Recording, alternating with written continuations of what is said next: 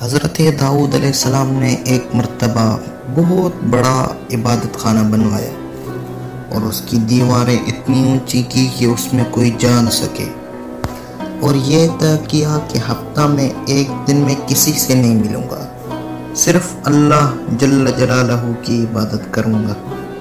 پہلے دن وہ اندر داخل ہوئے اور اندر سے تالا لگا دیا، اور یہ طے کیا کہ آج پہلا دن ہے، میں کسی سے نہیں ملوں گا، صرف اللہ تعالیٰ کی عبادت کروں گا۔ اور حضرت داؤد علیہ السلام کی یہ بات اللہ تعالیٰ کو پسند نہ آئی کہ نبی کا کام کٹ کر بیٹھنا نہیں، اللہ تعالیٰ کے دین کی خدمت کرنا ہے، لوگوں کو اللہ تعالیٰ کے راستے پر چلانا ہے۔ تو اللہ تعالیٰ نے 2 فرشتے انسانی صورت میں اندر اتار دیے۔ تو وہ حضرت سے بولے، حضرت ہمارا جھگڑا ہو گیا ہے، ہم آپ سے فیصلہ کروانے آئے ہیں۔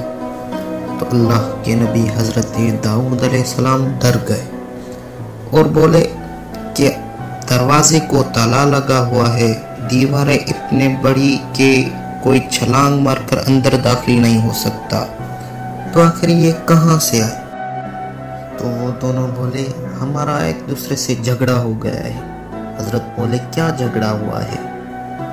ایک بولا، یہ میرا بھائی ہے، اس کے پاس 99 بھیڑیں ہیں اور میرے پاس صرف 1 بھیڑ ہے، تو یہ بولتا ہے یہ 1 بھیڑ بھی مجھے دے دے تو میری 100 بھیڑیں پوری ہو جائیں گی۔ تو آخر آپ بتائیں یہ صحیح کر رہا ہے غلط کر رہا ہے؟ تو حضرت داؤد سوچ میں پڑ گئے کہ چکر کیا ہے، اتنا معمولی معاملہ ہے اور یہ مجھ سے حل کروانے آئے ہیں۔ تو حضرت کو ایک دم خیال آ گیا، اوہ ہو، یہ تو میرے رب سے بھیجا ہوا پیغام ہے، اے داؤد تجھے بندوں کو دعوت دینے کے لیے بھیجا ہے، نہ کہ مصلی پر بیٹھنے کے لیے۔ اگر مصلی پر بیٹھنا ہے تو پوری رات ہے میری عبادت کرنے کے لیے۔ تو حضرت داؤد فوراً اٹھے اور اللہ کے دین کی خدمت کرنے لگے۔